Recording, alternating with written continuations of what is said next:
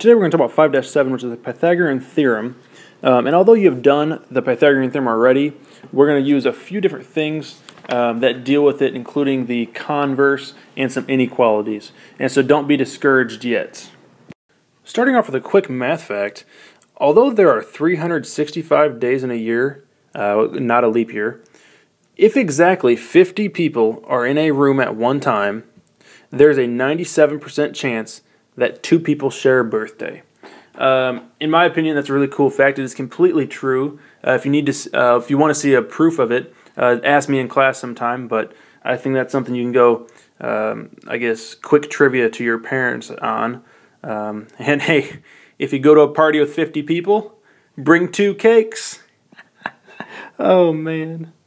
Just so we remember what the Pythagorean Theorem says, in a right triangle, remember that part. That's the most forgotten part about the Pythagorean Theorem. In a right triangle, a squared plus b squared is equal to c squared. So a side squared plus a side squared is the hypotenuse squared. Just to look at this real quick, just so we can spark our memory, we want to find the value of x. We're going to give our answer in simplest radical form. And now this example is actually to review this last part, this simplest radical form part. So we go along and we are going to use, we do have a right triangle, so we can use the Pythagorean Theorem. So we say that 4 squared plus 8 squared is equal to x squared.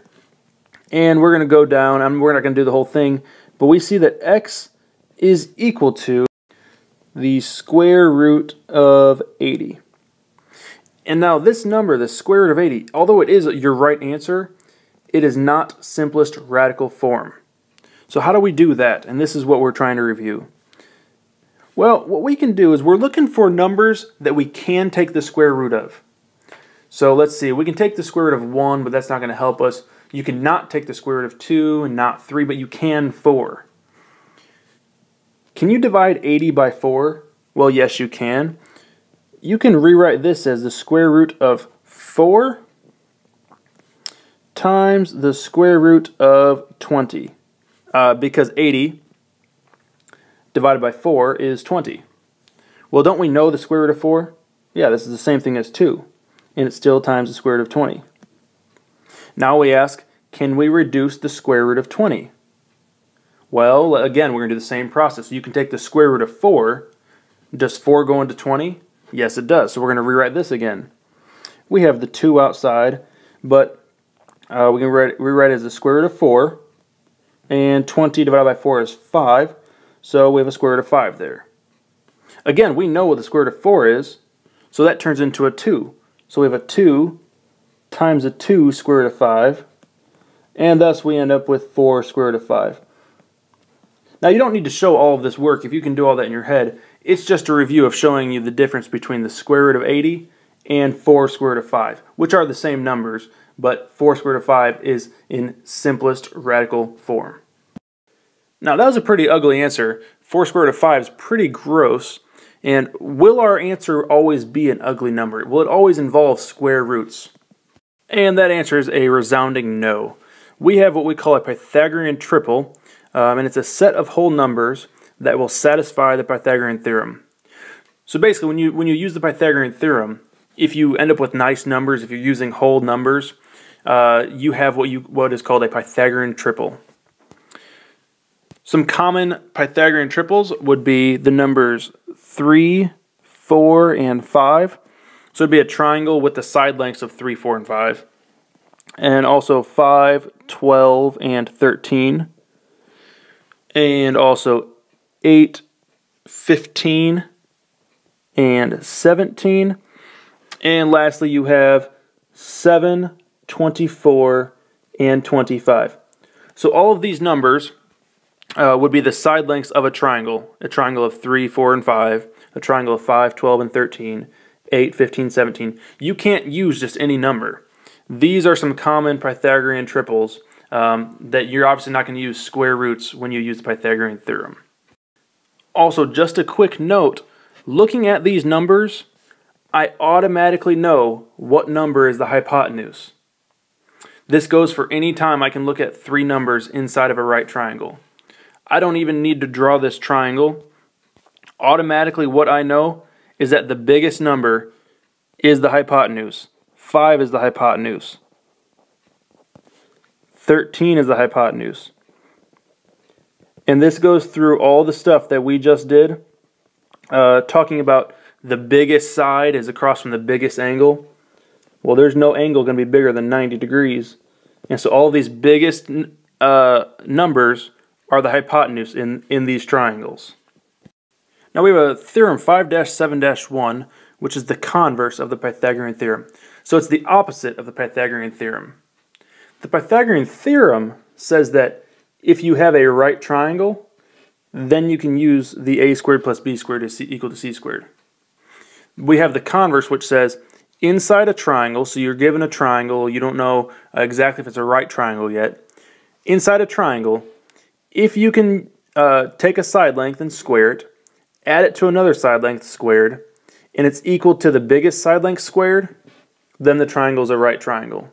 So if you can do a squared plus b squared equal to c squared, then you know the triangle is a right triangle. So we know how to tell if a triangle is a right triangle, which is through the converse of the Pythagorean theorem. But now the question is, how can you tell if it's obtuse or acute? Well, we're going to use theorem 5-7-2, which is the Pythagorean Inequalities theorem. Now there's two parts to this, obviously for obtuse and for acute. So the first we're going to look at obtuse.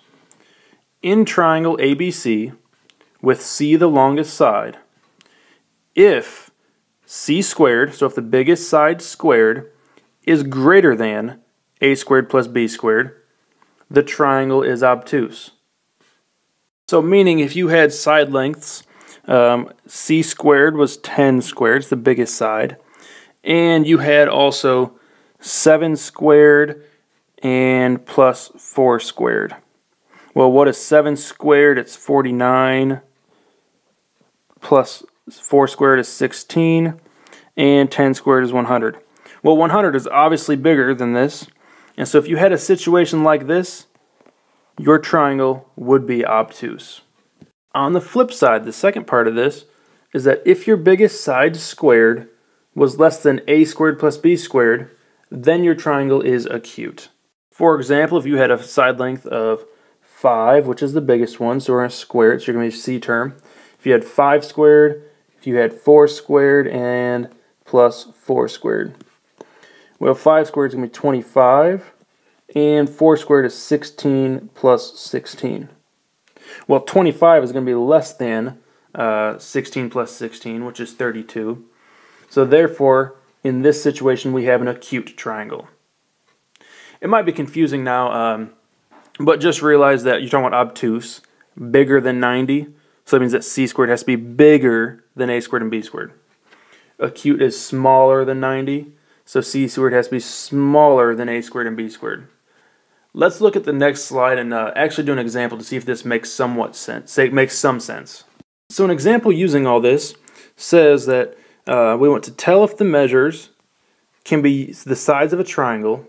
If so, we need to classify it as right, obtuse, or acute. So first and foremost, can this be a triangle? How do we do that? That's from the previous chapter.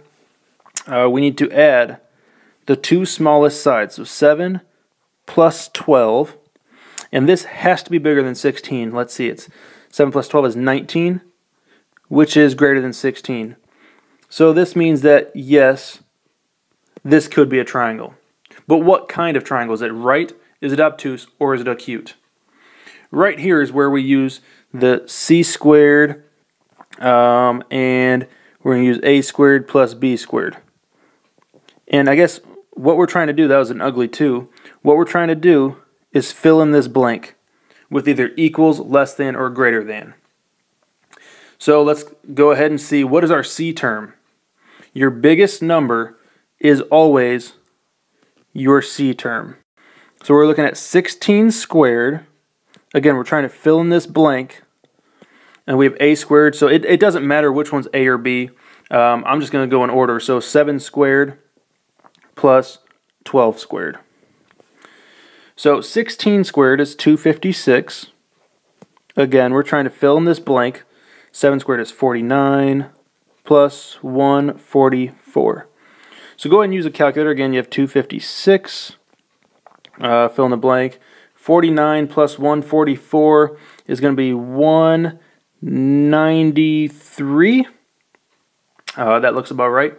193. Now 256 is bigger than 193. So your c squared is bigger. So we say that this is obtuse. Now just so we know, at this step, if you filled in the blank as an equal sign, then this means that your triangle was right. If you filled in a less than sign, it means that your triangle would be acute. And that's what your Pythagorean inequality theorem was telling you, just to make it more clear with what we're doing. And that's all we've got for today, so make sure you do mark down any questions you have. I know it's a little bit different stuff when we're using a pretty well-used theorem, which is the Pythagorean theorem. So please do mark down any questions that you may have. I know it might be a little bit confusing with seeing this new stuff for the first time.